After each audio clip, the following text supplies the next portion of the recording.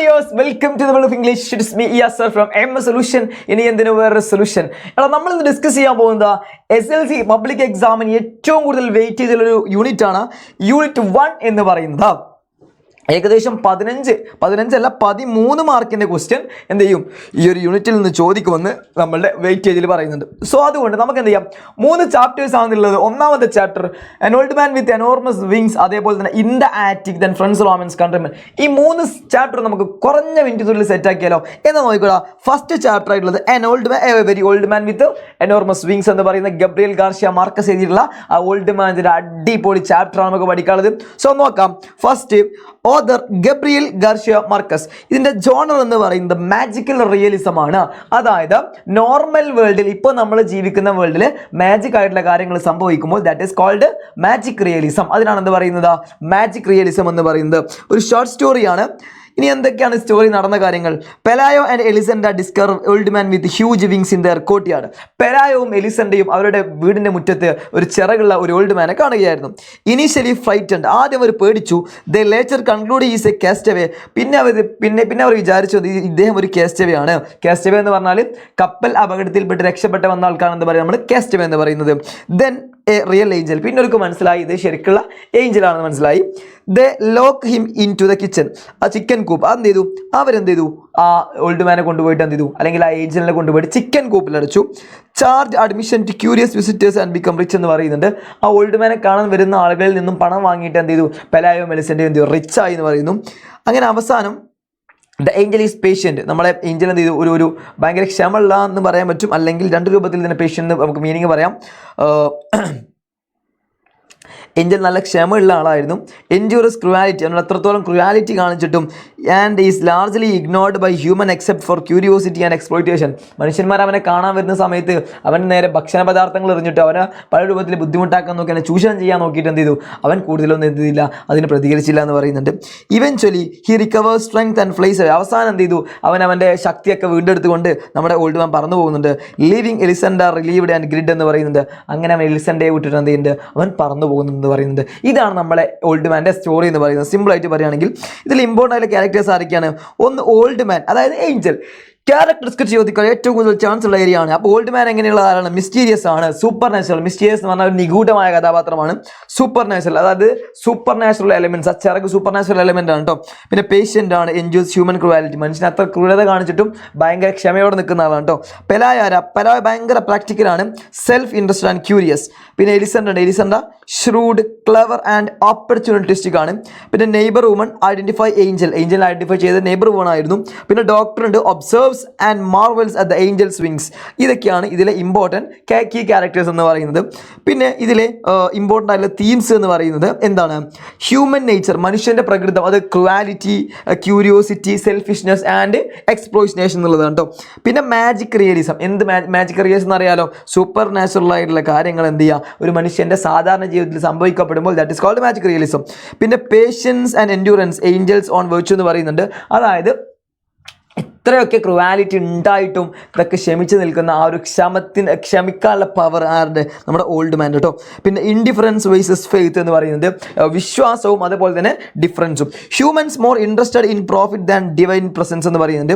മനുഷ്യന്മാരൊക്കെ കൂടുതൽ ഇൻട്രസ്റ്റഡ് ആവുന്നത്, അതായത് ദൈവത്തിൻ്റെ വലിയതായ കഴിവായിട്ടുള്ള പിന്നെ ഡിവൈൻ പ്രസൻസിനേക്കാളും ജനങ്ങൾക്ക് ഏറ്റവും കൂടുതൽ ഇഷ്ടം പൈസേൻ്റെ കാര്യത്തിലാണ്. അതായത് അവർക്ക് ലാഭം ഉണ്ടാകുമ്പോൾ അവർ പിന്നെ ദൈവത്തിൻ്റെ സംഭവങ്ങളാണെങ്കിൽ അത് വെച്ച് എന്ത് ചെയ്യും, ഒരു പൈസ ഉണ്ടാക്കാൻ വേണ്ടിയിട്ട്, ലാഭത്തിന് വേണ്ടിയിട്ട് അവരെന്തും ചെയ്യാൻ ജനങ്ങൾ റെഡിയാണെന്നുള്ളൊരു തീമും കൂടി ഇതിലുണ്ട് കേട്ടോ.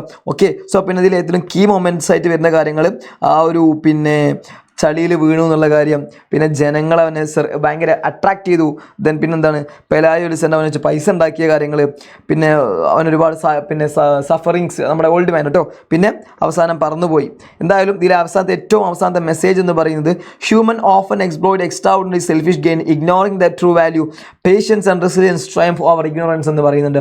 അങ്ങനെ പറഞ്ഞു കഴിഞ്ഞാൽ മനുഷ്യരെന്ന് പറഞ്ഞു കഴിഞ്ഞാൽ എന്ത് ചെയ്യും, ഒരുപാട് എക്സ്ട്രാ ഓർഡിനറിയുള്ള കഴിവുകളുണ്ടാവും, പക്ഷേ സ്വന്തം സെൽഫിഷ് ഗെയിനിന് വേണ്ടി സ്വന്തം ലൈഫിൽ ഭയങ്കര സെൽഫിഷ് മനുഷ്യന്മാരും, അതായത് ഉയരാൻ വേണ്ടിയിട്ട് പണം കിട്ടുന്നു കണ്ടാൽ, പ്രോഫിറ്റ് കിട്ടുന്നു പറഞ്ഞാൽ, ദൈവത്തിൻ്റെ ഡിവൈൻ പ്രസൻസ് ആണെങ്കിൽ പോലും എന്ത് ചെയ്യും, അവരതിനെ പണമായിട്ട് വിൽക്കാൻ വേണ്ടി ശ്രമിക്കും. അവരെല്ലാം ഫോക്കസ് ചെയ്യുന്നത് എന്തിനാണ്, പണത്തിന് വേണ്ടിയിട്ടാണ് എന്നുള്ളൊരു മെസ്സേജാണ് ഈ ഒരു ചാപ്റ്റർ നമുക്ക് തരുന്നത്. സോ നെക്സ്റ്റ് വരുന്ന ചാപ്റ്ററാണ് ഇൻ ദ ആറ്റിക്. നമ്മുടെ വ്ളാഡിസോസ് സ്പിൽമൻ്റെ ചാപ്റ്ററാണ് ഇൻ ദ ആറ്റിക് എന്ന് പറയുന്നത്. സോ നോക്കാം, എഴുതിയിട്ടുള്ളത് വ്ളാഡിസോസ് സ്പിൽമൻ ആണ്.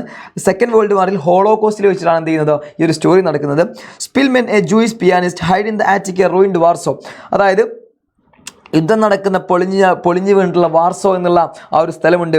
അവിടെ ഒരു ആറ്റിക്കിൽ ഒളിച്ചിരിക്കുകയായിരുന്നു നമ്മുടെ ജൂയിഷ് പിയാനിസ്റ്റ് ആയിട്ടുള്ള വ്ളാഡിസോസ് സ്പിൽമൻ.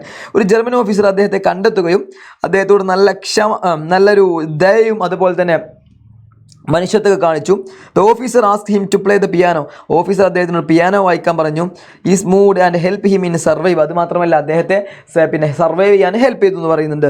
അദ്ദേഹം ഫുഡ് കൊണ്ടുകൊടുത്തു, അദ്ദേഹത്തിന് ഡ്രസ്സുകൾ നൽകി, അതേപോലെ അദ്ദേഹത്തിന് ഒളിച്ചിരിക്കാൻ നല്ലൊരു പ്ലേസൊക്കെ നൽകി. ഈ ജർമ്മൻ ഓഫീസർ ആർക്കാണ് നൽകിയത്? വ്ളാഡിസോസ് സ്പിൽമൻ കേട്ടോ. ആഫ്റ്റർ ദ വാർ എൻഡ്സ്, യുദ്ധം അവസാനിച്ചപ്പോൾ Warsaw is liberated, Szpilman finally survives a freeman. അങ്ങനെ വാർസോ എന്നുള്ള സ്ഥലം സ്വതന്ത്രമായി, നമ്മുടെ സ്പിൽമൻ എന്ത് ചെയ്തു, നല്ലൊരു ഫ്രീ ആയി എന്ന് പറയുന്നത്. ഇതിൽ ഇമ്പോർട്ടൻ്റ് ആയിട്ടുള്ള ക്യാരക്ടേഴ്സ് ഒന്ന് സ്പിൽമനും ഒന്ന് ജർമ്മൻ ഓഫീസറും. രണ്ടാളെ ക്യാരക്ടറിസ്റ്റിക് പഠിച്ചോ, ഏതെങ്കിലും ഒന്ന് ചോദിക്കാൻ നല്ല ചാൻസ് ഉണ്ട് കേട്ടോ. അതേമാതിരി ജൂയിഷ് പിയാനിസ്റ്റ് ആണ്, ധൈര്യശാലിയാണ്, പേഷ്യൻ്റ് അല്ലേ, നല്ല ക്ഷമയുള്ള ആളാണ് കേട്ടോ, ജീവിക്കാൻ ഭയങ്കര ദൃഢനിശ്ചയമുള്ള ആളാണ് കേട്ടോ. പിന്നെന്താണ്, German officer compassionate, ashamed of Nazi cruelty human. മനുഷ്യനെതിരെ ഉള്ള നാസി എന്ന് പറഞ്ഞ റൂളർ ചെയ്യുന്ന ക്രൂവാലിറ്റിക്ക് എതിരെയുള്ള നിൽക്കുന്ന ആളാണ്. പക്ഷേ അവിടെയുള്ള പട്ടാളക്കാരനായതുകൊണ്ട് ആ ജോലി ചെയ്യാതിരിക്കാൻ പറ്റില്ലല്ലോ. പിന്നെ ഇമ്പോർട്ടൻ്റ് ആയിട്ടുള്ള തീമുകൾ ഒന്ന് human in the midst of war, hope and survival, power of art, അതായത് മ്യൂസിക്കിൻ്റെ പവർ, പിന്നെ compassion by one the enemy lines, അതൊക്കെയാണ് കേട്ടോ. പിന്നെ കീ മൊമെൻറ്റ്സ് എന്ന് പറയുന്നത് പിയാനോൻ്റെ പെർഫോമൻസ്, ചോപ്പിൻ നൊക്ട്രിൻ ആണ് വായിച്ചത്. പിന്നെ ആ ഒരു ജൂതമതസ്ഥത്തിന് വേണ്ടി, അതായത് നമ്മുടെ പിയാനിസ്റ്റിന് വേണ്ടിയിട്ടാണ് ജർമ്മൻ ഓഫീസർ എടുത്ത റിസ്ക്. പിന്നെ സ്പിൽമൻ സർവൈവ് ചെയ്ത് വരുന്നത്. പിന്നെ യുദ്ധത്തിൽ നിന്ന് അദ്ദേഹത്തിന് എന്ത് കിട്ടിയിട്ടുണ്ടായിരുന്നു, അവരുടെ രാജ്യത്തിന് സ്വാതന്ത്ര്യം കിട്ടി ഒരുപാട് സഫറിങ്സിന് ശേഷം. ഓക്കെ, സോ പിന്നെ മെസ്സേജ് എന്താണ്, even in the darkest time, എത്രയൊക്കെ ബുദ്ധിമുട്ടേറിയ സമയങ്ങളുണ്ടായാലും ഹ്യൂമാനിറ്റി കൈൻഡ്നെസ് ക്യാൻ സർവൈവ്. ഒരു മനുഷ്യൻ നമ്മളോട് മനുഷ്യത്വം കാണിക്കുകയാണെങ്കിൽ അല്ലെങ്കിൽ ദയ കാണിക്കുകയാണെങ്കിൽ എന്ത് ചെയ്യും, അതിൽ നിന്നൊക്കെ നമുക്ക് സർവൈവ് ചെയ്ത് പോരാൻ പറ്റും എന്നുള്ളൊരു മെസ്സേജാണ് എന്ത് ചെയ്യുന്നത് ഈ ഒരു ചാപ്റ്റർ നമുക്ക് തരുന്നത്. ദെൻ അടുത്ത ചാപ്റ്റർ എന്ന് പറയുന്നത് ഏറ്റവും ഇമ്പോർട്ടൻ്റ് ആയ ഒരു സ്പീച്ച്, വില്യം ഷേക്സ്പിയർ സ്പീച്ച്, ഒരു പോയം ടൈപ്പുള്ള സാധനമാണ് ഫ്രണ്ട്സ് റോമൻസ് ആൻഡ് കൺട്രിമെൻ എന്ന് പറയുന്നത്. നല്ല ഇമ്പോർട്ടൻ്റ് ആയിട്ടുള്ള ഒരു ഏരിയ ആണ്. ശരിക്കും നിങ്ങൾ പഠിച്ചോ, എക്സാമിന് എന്തായാലും ഇതിൻ്റെ ക്വസ്റ്റ്യൻ ഉറപ്പായാലും പ്രതീക്ഷിക്കാം. യെസ്, നോക്കിക്കോടാ, ഫ്രണ്ട്സ് റോമൻസ് കൺട്രിമെൻ. ഇത് ജൂലിയോ സീസറിൻ്റെ ഒരു പ്ലേ ആണ്. സ്പീക്കറാണ്. The speech is delivered by Mark Antony funeral of Julius Caesar. Julio സീസറിൻ്റെ എന്താ പറയുക മരണച്ചടങ്ങിലാണ് എന്ത് ചെയ്യുന്നത് ഈ ഒരു സ്പീച്ച് നടത്തുന്ന ആളെ പേരാണ് മാർക്ക് ആന്റണി എന്ന് പറയുന്നത്. ഓക്കെ, സോ ഇതിൻ്റെ കോണ്ടെക്സ്റ്റ് സിറ്റുവേഷൻ എന്താണ്? After Caesar's assassination Brutus tells people that Caesar was ambitious. അതായത് നമ്മുടെ സീസറിനെ വകവരുത്തിയ ശേഷം ബ്രൂട്ടസ് ജനങ്ങളോട് പറയുകയാണ് സീസർ ഭയങ്കര അംബീഷ്യസ് ആണെന്ന് പറയുന്നുണ്ട്. Antony speak the crowd to defend Caesar turn to the people against the conspirators എന്ന് പറയുന്നുണ്ട്. അതായത് ബ്രൂട്ടസ് പറഞ്ഞതിനെതിരെയായിട്ട് മാർക്ക് ആന്റണി സംസാരിക്കുകയാണ്. മാർക്ക് ആന്റണി ഫുള്ള് സംസാരിക്കാൻ ജൂലിയസിനെ സീസറിനെ സപ്പോർട്ട് ചെയ്തിട്ടാണ്, അതേപോലെ തന്നെ ബ്രൂട്ടസിനെ ഒപ്പോസ് ചെയ്തിട്ടാണ്. പക്ഷേ അത് ബ്രൂട്ടസിന് മനസ്സിലാകാത്ത ഭാഷയിലാണ്, ഭയങ്കര ഐറോണിക്കലായിട്ടാണ് ആര് സംസാരിച്ചത്, നമ്മളുടെ മാർക്ക് ആന്റണി സംസാരിച്ചിട്ടുള്ളത്. ഇനി ഈ ചാപ്റ്ററിൻ്റെ മെയിൻ ഐഡിയ എന്താണ്? Antony ask the crowd listen carefully, lend me your ears. Antony പറയുകയാണെന്ത്, ലെൻഡ് മീ യുവർ ഇയേഴ്സ്, നിങ്ങളുടെ ചെവികൾ എനിക്ക് തരൂ. ഇറ്റ് മീൻസ് ഞാൻ പറയുന്നത് ശരിക്കും ശ്രദ്ധിക്കൂ എന്നുള്ള മീനിങ് കേട്ടോ. പിന്നെ അദ്ദേഹം പറഞ്ഞു, he came to bury Caesar not to praise him. അദ്ദേഹം വന്നത് എന്തിനു വേണ്ടിയിട്ടാണ്? സീസറിനെ പ്രൈസ് ചെയ്യാനല്ല, സീസറിനെ പുകഴ്ത്താനല്ല, സീസറിനെ ബറി ചെയ്യാനാണ്. He repeat Brutus is honourable man but uses ironically. അതായത് പിന്നെ നമ്മുടെ മാർക്ക് ആന്റണി പറയുന്നുണ്ട് ബ്രൂട്ടസ് ഭയങ്കര ഹോണറബിൾ മാനാണെന്ന് പറയുന്നുണ്ട്. ഭയങ്കര ഹോണറബിൾ എന്ന് പറഞ്ഞാൽ എന്താ, ബഹുമാനപ്പെട്ട എന്നൊക്കെ ഒരു കോൺസെപ്റ്റിൽ ഭയങ്കര ബഹുമാനത്തോട് കാണുന്ന വാക്കാണ് ഹോണറബിൾ ആണെന്ന് പറയുന്നുണ്ട്. പക്ഷേ അതൊക്കെ എങ്ങനെയാണ്, ഐറോണിക്കലായിട്ടാണ് പറയുന്നത് കേട്ടോ. പിന്നെന്താണ്, Antony gives example to prove Caesar was not ambitious. Caesar ഒരിക്കലും അംബീഷ്യസ് അല്ല എന്ന് പറയാൻ അദ്ദേഹം കാണിക്കുന്ന എക്സാമ്പിൾ എന്തൊക്കെയാണ്? അദ്ദേഹം പാവങ്ങളെ സഹായിച്ചു, അതേപോലെ തന്നെ ക്രൗഡ് എന്ന് പറഞ്ഞാൽ ഒരു രാജപദവി കിട്ടിയ പദ്ധതി ഇത് ഒഴിവാക്കി എന്ന് പറയുന്നുണ്ട് കേട്ടോ. പിന്നെ his speech moves crowd emotionally and makes dum Brutus എന്ന് പറയുന്നത് ബ്രൂട്ടസ് എന്ന് പറയുന്നുണ്ട്. അദ്ദേഹത്തിൻ്റെ സ്പീച്ച് എന്ത് ചെയ്തു, ജനങ്ങളെ ഇമോഷണലായി ബാധിച്ചു. അവരെല്ലാവരും ബ്രൂട്ടസിനെ എന്ത് ചെയ്തു, ക്വസ്റ്റ്യൻ ചെയ്യാൻ തുടങ്ങി. പിന്നെ ഇതിലുള്ള യൂസ് ചെയ്ത figure of speech, rhetorical appeal ഉണ്ട്. Antony emotionally influence the crowd. അതായത് നമ്മുടെ മാർക്ക് ആന്റണി എന്ത് ഇമോഷണലി ജനങ്ങളെ എന്ത് ചെയ്തു, ഇൻഫ്ലുവൻസ് ചെയ്തു. പിന്നെ Brutus is A honourable man, repetition ഉണ്ട്, ഐറണി ഉണ്ട്. The repeated line actually citizens of Brutus ക്രിട്ടിസൈസസ് of Brutus എന്ന് പറയുന്നുണ്ട്. അതായത് ജനങ്ങൾ ബ്രൂട്ടസിനെ എങ്ങനെ ക്രിട്ടിസൈസ് ചെയ്യണില്ലേ, ഹോണറബിൾ മാൻ എന്ന് പറഞ്ഞിട്ട് ആ സാധനം ഒരു ഐറണിയാണ്, കളിയാക്കിയിട്ടാണ് പറയുന്നത് കേട്ടോ. പിന്നെ ഇതിൻ്റെ മെസ്സേജ് എന്ന് പറയുന്നത് ഇതൊരു powerful speech, powerful speech can influence people thoughts and action എന്ന് പറയുന്നുണ്ട്. ജനങ്ങളുടെ മൈൻഡും ജനങ്ങളുടെ ആക്ഷൻസൊക്കെ എന്തുകൊണ്ട് കൺട്രോൾ ചെയ്യാൻ പറ്റും, നമ്മളുടെ അതൊക്കെ മാറ്റിയെടുക്കുക, ജനങ്ങളുടെ ചിന്തകളും ജനങ്ങളുടെ ആക്ഷൻസൊക്കെ മാറ്റിയെടുക്കാനുള്ള ഇൻഫ്ലുവൻസ് എന്തിനുണ്ട്, നല്ല പവർഫുൾ ആയ സ്പീച്ചുകൾക്ക് ഇതിനൊക്കെ ഇൻഫ്ലുവൻസ് ചെയ്യാൻ പവർഫുൾ ആയ സ്പീച്ചുകൾക്ക് സാധിക്കും എന്നുള്ളൊരു മെസ്സേജാണ് എന്ത് ചെയ്യുന്നത്. അതായത് മാർക്ക് ആന്റണിയുടെ പ്രസംഗം കേട്ടിട്ട് ജനങ്ങളെ മൈൻഡൊക്കെ മാറി.